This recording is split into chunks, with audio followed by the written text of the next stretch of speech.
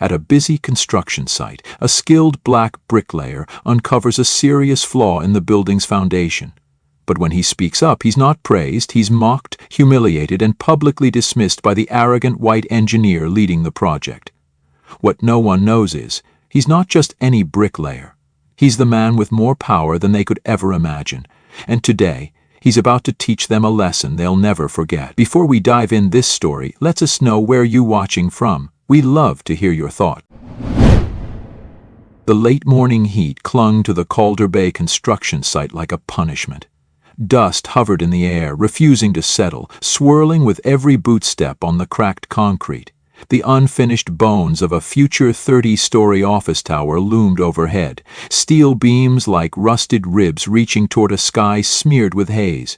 Below, the foremen, engineers, and site workers gathered under a makeshift canopy of plastic tarp, its edges flapping in the breeze like the ragged hem of a forgotten flag. Standing just off-center, with a clipboard under his arm and a folded set of schematics in his weathered hands, was Malcolm Evans. He wasn't a tall man, but he stood with the quiet gravity of someone who carried weight far beyond his frame. His skin, deep brown and sun-aged, seemed carved from the same earth that held the building's first foundations. Sweat glistened along his temple and trickled into the faint creases of his eyes that had seen more construction sites than some of these engineers had seen birthdays. His shoulders, broad and dusted with grit, barely moved as he inhaled slowly, clearing his throat. "I just want to flag something," he said, voice low, even but not hesitant, like a man used to earning the right to speak, not being handed it. "That northeast quadrant, if you look here." He unfolded the plans with a practiced flick.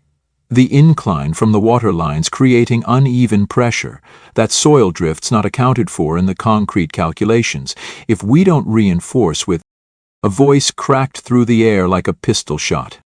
"Jesus Christ," it said, loud and theatrical. "Can someone remind me? When did we start letting bricklayers design skyscrapers?" Every head turned. The tension sliced through the group like a cold wind. Nathan Brooks stepped forward, the corners of his lips pulled into something that wanted to be a smile but failed. 38, lean, sharp-chinned, and dressed like the idea of authority. His white button-up untouched by sweat. His reflective vest clean and zipped all the way up. Boots unscuffed, like they'd never known mud. His hard hat gleamed, perfectly aligned above his neatly gelled blonde hair. "Evans," he said, stretching the syllables like chewing on gum, "do you know what a degree from Stanford costs these days?" "No, of course you don't." A few weak chuckles rippled through the back. "See, some of us spent years studying structural physics. Load, tension, advanced soil mechanics, and some of us," he gestured with theatrical flourish toward Malcolm, "spent years learning how to slap mortar on bricks and keep their heads down." Malcolm didn't flinch, but his knuckles tightened on the paper, his jaw locked. Not with fear, not even with surprise, but with the same control a man uses to hold back a storm that could drown everyone around him. "With all due respect," he began, but Nathan cut him off. "No," Nathan snapped, stepping closer, his voice now razor-sharp and loud enough to echo. "No respect here. You think because you've been stacking bricks for 20 years that makes you qualified to question me, to interrupt a scheduled engineering review with your little field wisdom?" He leaned in, voice like venom through a smile. "You're a pair of dirty gloves with an opinion, Malcolm. You exist to follow instructions. You want to fix designs? Buy a suit. Get a degree. Stop showing up here smelling like sweat and concrete dust, trying to pretend you belong in these conversations." The silence after that was so heavy it could have been poured like cement. Someone near the back shifted awkwardly. Another looked at the ground. A foreman's pen dropped with a quiet clink on the metal cart. Malcolm stood frozen. Not paralyzed, but still, like a deep drum roll before thunder. "I didn't come here to pretend," Malcolm finally said, voice steady but lower now, like it had sunk into the earth itself. "I came here to prevent a collapse. On your watch." Nathan laughed, a sharp, mocking bark that bounced off the unfinished walls. "You hear that, folks?" he shouted to the group, sweeping his hand wide. The bricklayer wants to be the prophet. What's next? Should we let the janitor design the... This time, some of the engineers actually laughed. Others just stared. Malcolm turned, folding the blueprint slowly with the same precision he once used to seal stonework along church walls. There was no visible anger in his eyes, no clenched teeth, no snarled rebuttal. Only the heavy quiet of a man who had been here before and knew this scene wasn't over yet. "You know what's funny?" Nathan called after him, smirking. "You people always think speaking up makes you smart. All it really does is remind everyone else where you came from." The blow was final, ugly, racist without hiding behind euphemism, and it landed like a slap in front of an audience. Malcolm paused for just a breath. The crowd behind him held theirs. Then, with calm that unnerved more than rage ever could, he spoke, without turning around. "I came from the foundation," he said quietly. "Which is more than I can say for you." Then he walked past the stacked pallets of rebar, past the line of workers who made eye contact and quickly looked away, past the engineers who had let it happen, past the man in Italian boots who'd mistaken a title for superiority. Behind a concrete column, he pulled out a scuffed phone, flipped it open with one hand, and typed a message. Short, direct. A man like him doesn't shout back. He lets the ground shift beneath you until the whole damn structure falls. The sound of Malcolm's boots striking the gravel faded into the hum of machinery and the distant hammering of steel. Yet the sting of what had just unfolded remained thick in the air, like the taste of rusted iron in the mouth. Nathan Brooks stood center stage under the flapping tarp, basking in the uneasy silence he'd created. He adjusted his vest with a satisfied tug, then turned to his crew as if he had just concluded a masterclass in authority. "Let that be a lesson," he muttered with a smirk, loud enough for the others to hear. "Hierarchy matters, discipline matters, and respect," he snorted, "is something you earn by knowing your place." One of the junior engineers, a wiry man barely in his 30s, tried to nod without being noticed. Another scribbled nothing on his notepad, trying to disappear into the page. No one looked toward the spot where Malcolm had stood just moments ago. That spot now felt heavier, like the ground remembered. But while Nathan strutted across the concrete like a peacock in a boardroom, Malcolm Evans sat quietly on a stack of unopened insulation panels behind the rear scaffolding, away from sight, away from noise. The flip phone in his hand clicked open with a familiar snap, the faded gray of the screen illuminating his fingers, rough from years of labor, thick-knuckled and cracked like dry clay. He typed slowly, each letter deliberate. The message was brief, surgical. This time, he just showed us exactly who he is. He hit send. Then, still calm, he closed the phone, brushed concrete dust off his forearm, and leaned back. There was no fury in his breathing, no shake in his hands. Malcolm didn't need to raise his voice. When a structure was rotten from the core, sometimes the smallest tap could make it collapse. Across the lot, Nathan continued his show. "All right, back to business," he barked, as if nothing had happened, as if degrading another man in front of 30 witnesses didn't warrant so much as a raised eyebrow. "We've got deadlines to hit, no time for theatrics from glorified manual laborers." He chuckled at his own joke. But just as he lifted his tablet to resume the presentation, a sharp, breathless voice called from across the site. "Mr. Brooks?" It was Liam, one of the executive assistants, practically sprinting from the temporary office trailer. His face was pale, lips parted with urgency, clipboard flapping against his side. He reached the group and paused, panting, eyes wide. "Emergency briefing," he gasped. "Executive directive. The board's notified us. The site owner is en route. 15 minutes, maybe less. They want all project leads in the admin trailer." Nathan blinked. "What?" he barked, already agitated by the interruption. "What board? What owner? Atlas hasn't stepped foot on site in months." I don't know, sir," Liam stammered. The name attached was Marcus Evans. The name hit the group like a dropped wrench. Somewhere to the left, a foreman stopped mid-stride. A project manager turned slowly, glancing toward the administrative trailer, as if expecting someone to already be standing there, watching. Nathan, still holding the tablet mid-air, lowered it slowly. "Marcus Evans," he repeated, blinking hard. "Are you sure?" Liam nodded, wiping sweat from his forehead. "Yes, sir, executive level. They said he's arriving personally, and wants a full evaluation of this site's conduct." Nathan's mouth opened, then closed again. Something in his spine stiffened. He laughed once, dryly. "Well," he said, forcing a half-smile, "I suppose our little bricklayer tipped off someone in corporate. Cute trick, but it won't work." He turned toward the engineers, his voice tightening. "Everyone make this place look spotless. I want blueprints straightened, tools put away, no loose debris. If Mr. Marcus Evans wants the show, we'll give him one." No one moved right away. Nathan clapped his hands twice. "Now." The group scrambled, and the site came alive in frantic, uneven motion. Brooms skated across gravel. Someone began spraying down equipment. Workers shifted and barked orders, trying to make the mess of a real site look like a photo shoot. Meanwhile, Malcolm stood up from his quiet corner and stretched slowly, his movements unhurried in contrast to the chaos unraveling around him. He walked, strode, toward the employee lot at the far edge of the site, past chain-link fences and orange cones, to a small, unassuming sedan coated with a week's worth of site dust. He popped the trunk.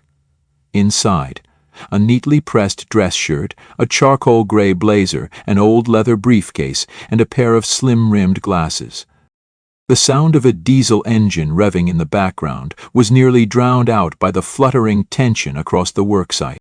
Malcolm looked at his reflection in the rearview mirror, just briefly. There were still grains of concrete in the creases of his palms. Good. He wanted them to remember exactly who he was when this started, and who he was when it ended. The first sign wasn't the roar of the engine. It was the silence that spread through the site like a warning. One by one, voices dropped, tools stilled, and even the machines seemed to hesitate. Near the gates of the Calder Bay worksite, a black Range Rover eased to a halt, its matte finish glinting beneath the harsh midday sun. The crowd gathered instinctively, forming a semicircle of hard hats and uncertainty, eyes darting to one another, whispering beneath their breath as if the truth were trying to crawl up their throats but didn't know how. Nathan Brooks stood at the front of the pack, posture stiff, teeth clenched behind a showman's smile. He adjusted his tie with one hand and kept the other extended at a performative angle, ready to shake the hand of the man he imagined would be older, maybe balding, maybe out of touch, someone easily impressed by charts, buzzwords, and charisma. Someone like his father's golf buddies. The driver's door opened first. A tall security officer stepped out, scanned the crowd, then moved to open the rear passenger door with precise formality. From inside emerged a figure that made the air itself seem to hold its breath. A dark-skinned man in a tailored gray suit stepped onto the gravel. His walk was composed but powerful, a rhythm born from years of navigating rooms where he was underestimated before he even spoke. His salt and pepper beard was trimmed clean, and his eyes, those sharp, unflinching eyes, cut through the crowd with surgical precision. In one hand, he carried a black leather briefcase. The other hand, ringed with veins from years of real labor, remained relaxed by his side. The whispers erupted like gasps catching fire. Nathan blinked hard. His outstretched hand wavered mid-air. His grin faltered. His lips moved, unformed words hanging in his throat like dust. Sorry, sir," Nathan stammered, stepping forward, trying to recalibrate. "We were expecting—" "Mr. Marcus Evans.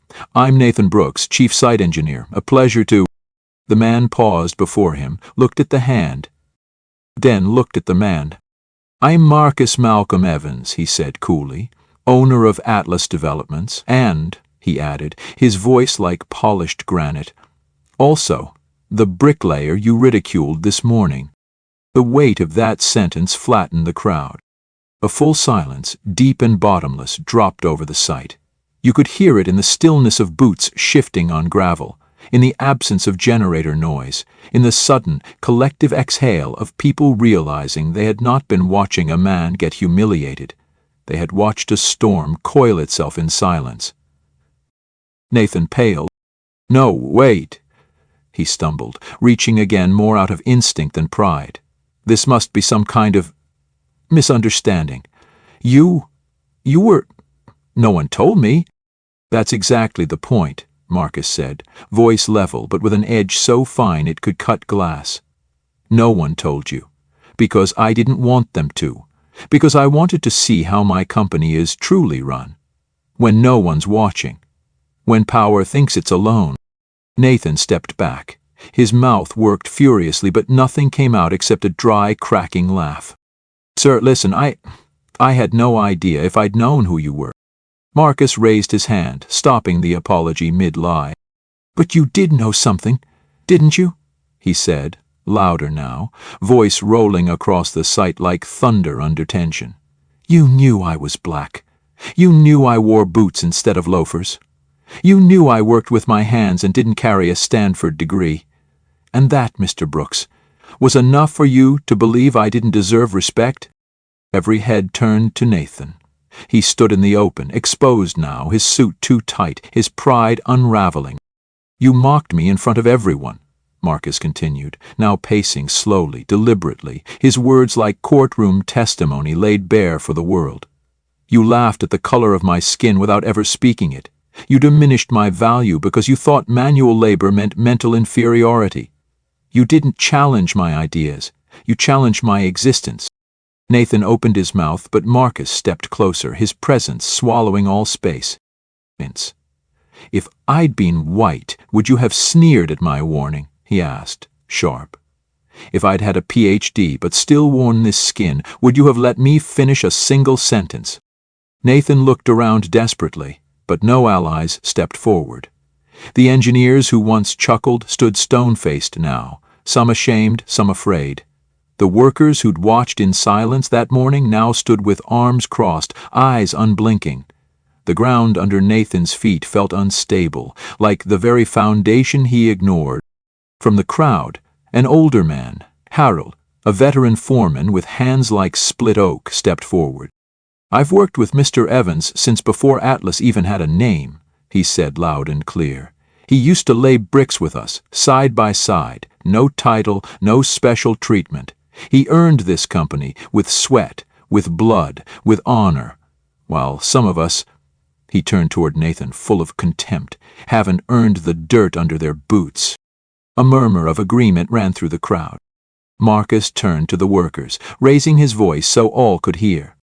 "Let me be clear," he said, calm but with a rising intensity. "This isn't just about one man's arrogance. This is about what we tolerate, what we excuse. Because the moment you let prejudice speak unchecked, you make a choice, to build walls or tear them down." He paused, letting the words settle.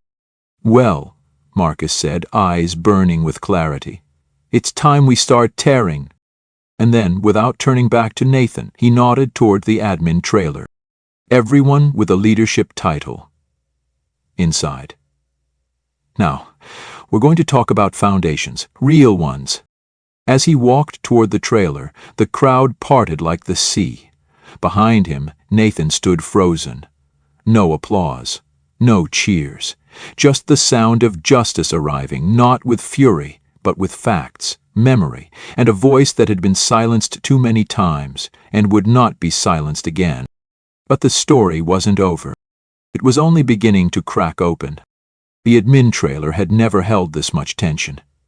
The cheap fluorescent lights flickered against the steel ceiling, humming like a restless insect as the air grew thick with anticipation.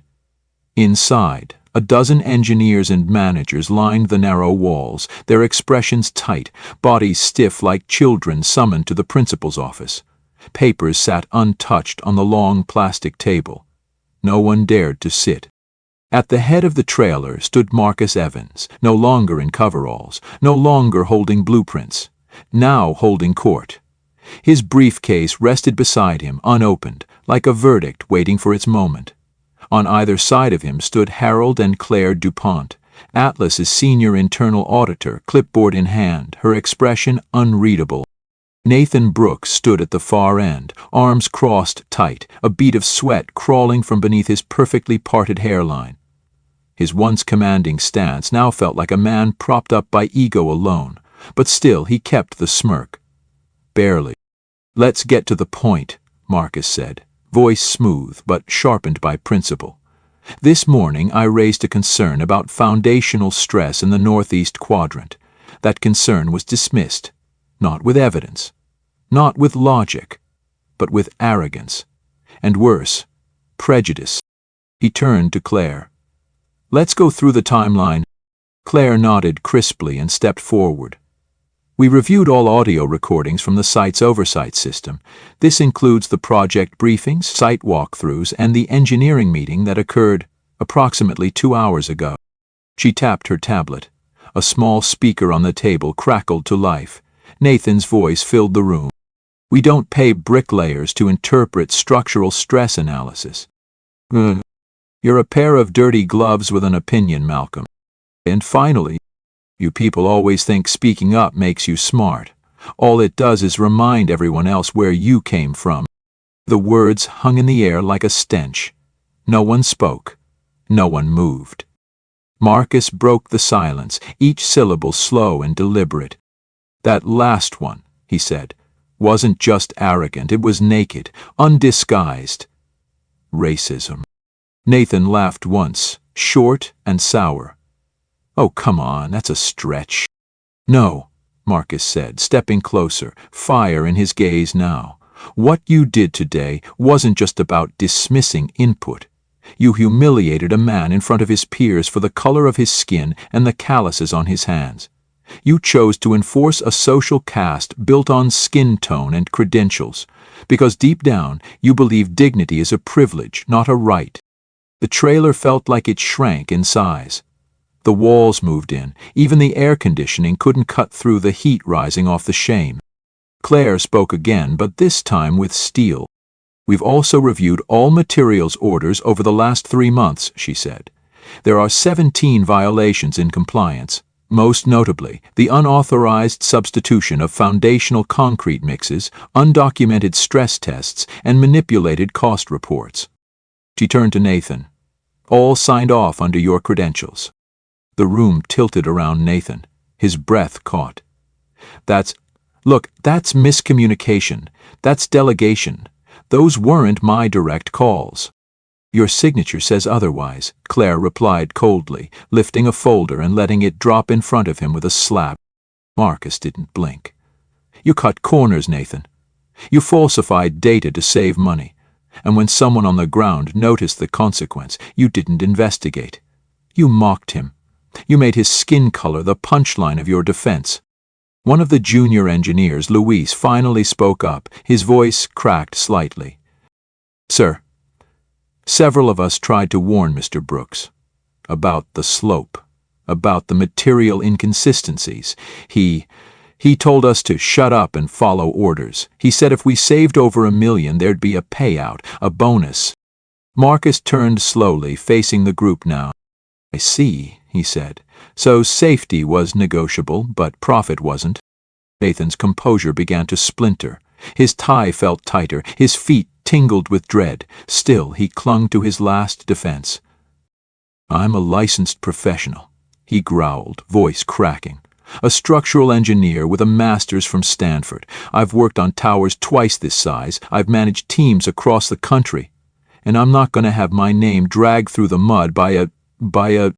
He stopped. But it was too late. Marcus's eyes narrowed. "By a what?" The silence demanded the rest of the sentence. Nathan swallowed. Marcus leaned in. His voice was barely above a whisper, but it echoed in every man and woman's spine.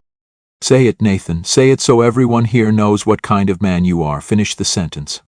Nathan looked around the room. There were no allies left. Only auditors, witnesses, and consequence. It didn't speak. Marcus straightened, then motioned to Claire. She pulled out another folder. Read this time. "This is your termination letter," Marcus said calmly. "You have 2 options." He held up one finger. Option 1, termination for cause, followed by civil proceedings for negligence and falsification. You will lose your license. Your name will not appear on another building in this state. Then a second finger. Option 2, voluntary resignation. Return all bonuses earned from this site and spend the next 6 months as a volunteer instructor at our Build Forward program, teaching young men and women from marginalized communities the same skills you use to justify your pride. You've got 5 minutes. Nathan said nothing. His lips were tight, his face drained of color. Marcus turned to the others. Let's step outside, he said. I believe the workers, those you dismissed and disrespected, deserve to hear what happens when we choose dignity over ego. And just like that, the reckoning was in motion. But justice, Marcus knew, wasn't about punishment. It was about exposure, about sunlight, about truth. And the sun outside was waiting. The air outside the trailer was charged, thick like the breath before a thunderclap. The workers, over 40 men and women in dust-covered vests, faded denim and work boots scuffed by honest labor, had gathered in the central clearing of the Calder Bay construction site. They weren't told to come, they just did, because instinctively they knew something was about to happen. Something real. They stood in uneven rows, squinting against the sun, arms folded or hanging at their sides. Every face carried a different story, but every eye locked on the trailer door. Some still had dried mortar on their fingers. Others clutched rolled blueprints, long forgotten in the dirt. Hammers dangled unused. Radios crackled quietly, ignored. Then the door creaked open. Marcus Evans stepped out first, no longer a hidden presence, but a name, a truth. The same man who had been mocked under this very sun now walked as a storm given form. His suit held the dust of the site he had worked on, not shaken off but worn like armor. Behind him came Harold, stone-faced, and Claire, still gripping her clipboard like a final judgment. Last was Nathan Brooks, carrying a cardboard box filled with his belongings. No entourage, no tablet, no tie, only silence. The murmurs began immediately. Is legally? Wait, that's Brooks? Is that Mr. Evans? Then Marcus raised his hand. The noise died instantly. He stepped up onto a stack of concrete slabs, not as a podium but as a foundation. One he had helped lay with his own hands. He looked out across the sea of workers, engineers, apprentices. He didn't need a microphone. His voice carried on the truth alone. For those who don't know me, he began, his tone steady but unwavering. My name is Marcus Malcolm Evans. I am the founder and owner of Atlas Developments. Gasps, audible, sharp, real. Some of you knew me this past month as Malcolm, the bricklayer who hauled cement and laid rows side by side with you. That wasn't a mistake. That wasn't deception. That was inspection, and not of the materials. He paused, scanning their faces. Line wanted to see how we treat each other, or when status is invisible, when no one knows who's watching. His eyes settled on one man in the back, one who had laughed earlier, then looked away in shame. I didn't see disrespect from most of you. I saw hard work, I saw pride, I saw excellence. Then, slowly, his eyes turned back to Nathan, who stood to the side, clutching his box like a drowning man holding wood. But I also saw what happens when power isn't earned. When a title is used as a weapon, when race, education, and appearance are used to measure worth. His voice rose, not in anger but in righteousness. This man, he pointed without shame, chose to mock, dismiss, and publicly degrade me for doing what every one of you should always have the right to do. Speak up when something's wrong. Nathan's lips were thin. He didn't look up. There are people, Marcus continued, who think respect is a hierarchy, that if you wear a suit, you speak first, that if your hands are clean, your words weigh more. He shook his head slowly. But I say this, the filthiest hands often build the safest walls. And the cleanest mouths sometimes speak the dirtiest lies. A low murmur of agreement rippled through the crowd. Marcus turned toward the group now fully. Nathan Brooks is no longer part of Atlas Developments. He was given a choice: face civil charges and lose his license, or step down, return what he took, and spend 6 months teaching the very people he once looked down on. I leave you to guess which one he chose. Pause. Then someone clapped. Then another, and another. But Marcus raised his hand again. "No celebration," he said. "This is not revenge. This is restoration." He stepped down from the concrete, now level with them again. "What we build here isn't just a skyscraper. It's a standard, one where no man is too poor to speak, no woman too new to be heard, no voice too black, too brown, too rough, too tired to matter." His words struck like hammers on steel. One by one, heads nodded, eyes lit, not just in agreement, but in recognition. They were seeing the difference between authority and leadership. As Marcus turned to walk back toward the trailer, Nathan moved, slowly, box in hand. He walked the narrow path between the rows of workers, and as he did, the men and women stepped aside, not with deference, but with something colder. Not hatred. No one spoke to him. No one reached out. Just silence and the heavy truth of what he had built and lost. At the edge of the site, Nathan looked back. His eyes met Marcus's for only a second. There was no apology in them, but there was something else now. Or awareness. Marcus nodded once, not in forgiveness, but in finality. And as the wind swept through Calder Bay, lifting dust and carrying it toward the foundations of the rising tower, the workers returned to their posts with a fire they hadn't carried that morning. Because now they weren't just building a structure. They were building a declaration. That dignity is not up for debate. That justice, once silenced, always finds its voice again. And the concrete they poured that afternoon? It's set with more than just strength. It's set with truth. 6 months later, the tower stood finished, 30 stories of steel, glass, and stone, rising proudly against the Calder Bay skyline. The reflection of the ocean danced across its windows each morning, and in the evenings, the golden glow of sunset turned it into a monument not of wealth or power, but of something deeper: integrity, laid brick by brick. Inside, the air was clean, cold, and humming with a different kind of energy. On the 30th floor, in a boardroom lined with floor-to-ceiling windows, Marcus Evans stood beside a digital display while a team of executives took notes with quiet reverence. He wore no tie today. His jacket rested over the back of a chair, and his sleeves were rolled up just high enough to show the edges of old scars along his forearms. Reminders that leadership was never inherited but earned. At the head of the table, Kihei, Harold, now promoted to Director of Site Operations, clicked through a slide deck. "Since implementing the Equity First mentorship structure," he said, "we've documented a 78% reduction in site safety incidents. Reporting has increased, conflict has dropped, and worker retention is the highest it's been in company history." Claire nodded beside him, her pen hovering. "More importantly, the Build Forward training initiative is now in its second full cycle. 52 trainees, 49 already placed into long-term site positions, 3 launched their own independent contracts, and 1 returned." Marcus arched a brow, though he already knew. Claire's smile was thin but present. She clicked the next slide.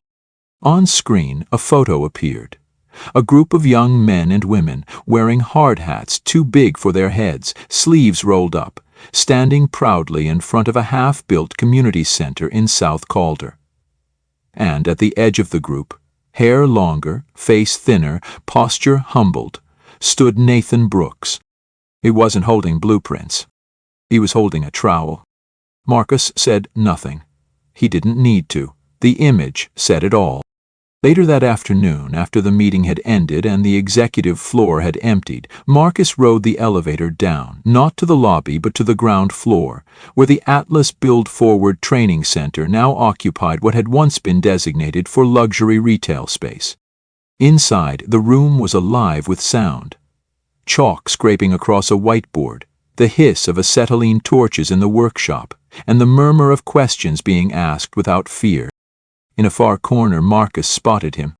Nathan stood beside a drafting table, speaking to a young woman, her vest too big, but her eyes locked onto his as if each word might change her trajectory. He pointed at a load diagram, drew a correction, then stepped back.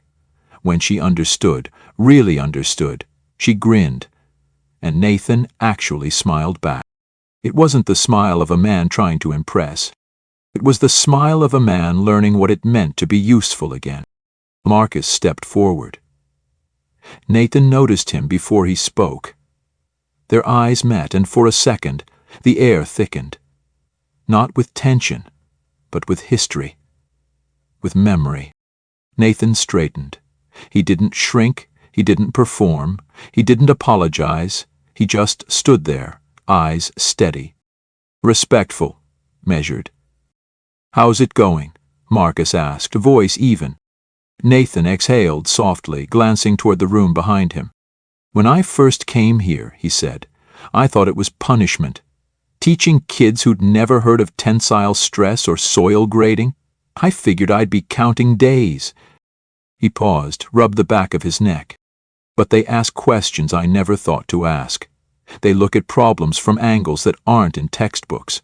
And they listen, not because they have to, but because they still believe learning matters." Marcus watched him closely. There was no pride in the man's stance now, but there was something else. Purpose. Nathan continued, "I finish my term in 2 weeks. I have offers, firms in New York, Houston, even overseas, but—" He hesitated, then looked back at the classroom. "I asked to stay. Another semester.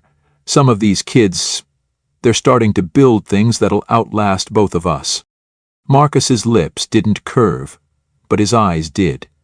Just enough. "Approved," he said simply. No speech, no forgiveness, just the quiet agreement that some lessons must be lived before they're learned. As Marcus turned to leave, Nathan called out, "Just once? I still think about that day." Marcus paused, hand on the door. Nathan swallowed.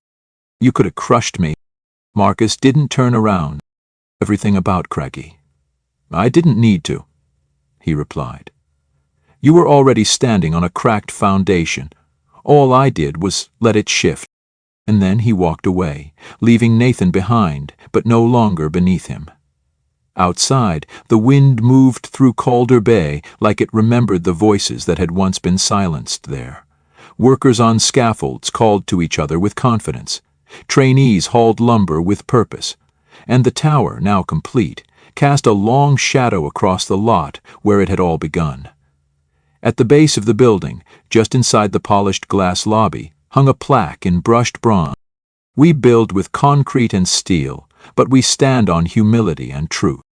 Marcus touched it once before stepping into the sun. Because structures may rise, but character is what truly holds the weight. And justice, when laid down brick by brick, becomes the strongest foundation of all,